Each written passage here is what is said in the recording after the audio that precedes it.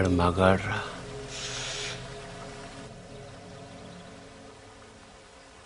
ఎవడన్నా కోపంగా కొడతాడు లేకపోతే బలంగా కొడతాడు.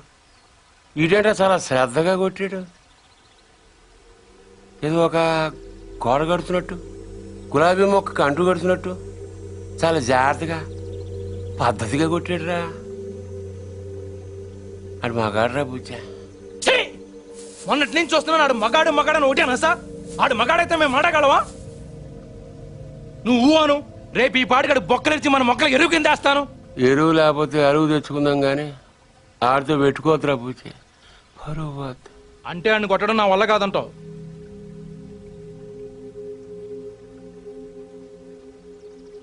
పోని చంపేనా?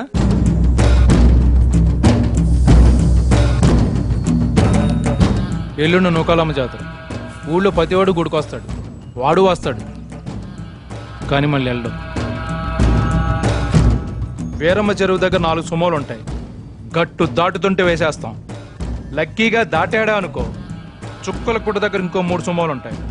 ఒకవేళ అక్కడ మిస్ అయ్యాడనుకో, సరితో చివరిలో ఈసారి 5 సుమోలు పెడతాను. అన్ని వాళ్ళు ఎందుకురా?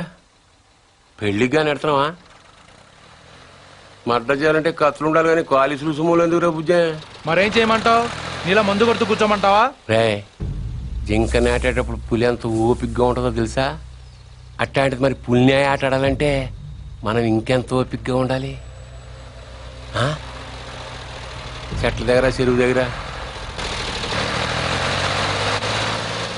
డైరెక్ట్గా గుడికాడ వేసేయచ్చు కదరా. అమ్మ ఆశీర్వాదం కూడా ఉంటుంది. అన్ని బళ్ళు వద్దురా నాన్న, పెట్రోల్ రేటు కూడా పెరిగింది కదా. అందరూ కలిసి ఓ బండిలోనే వెళ్ళండి. ఓ నీ అబ్బా ఆపరదే.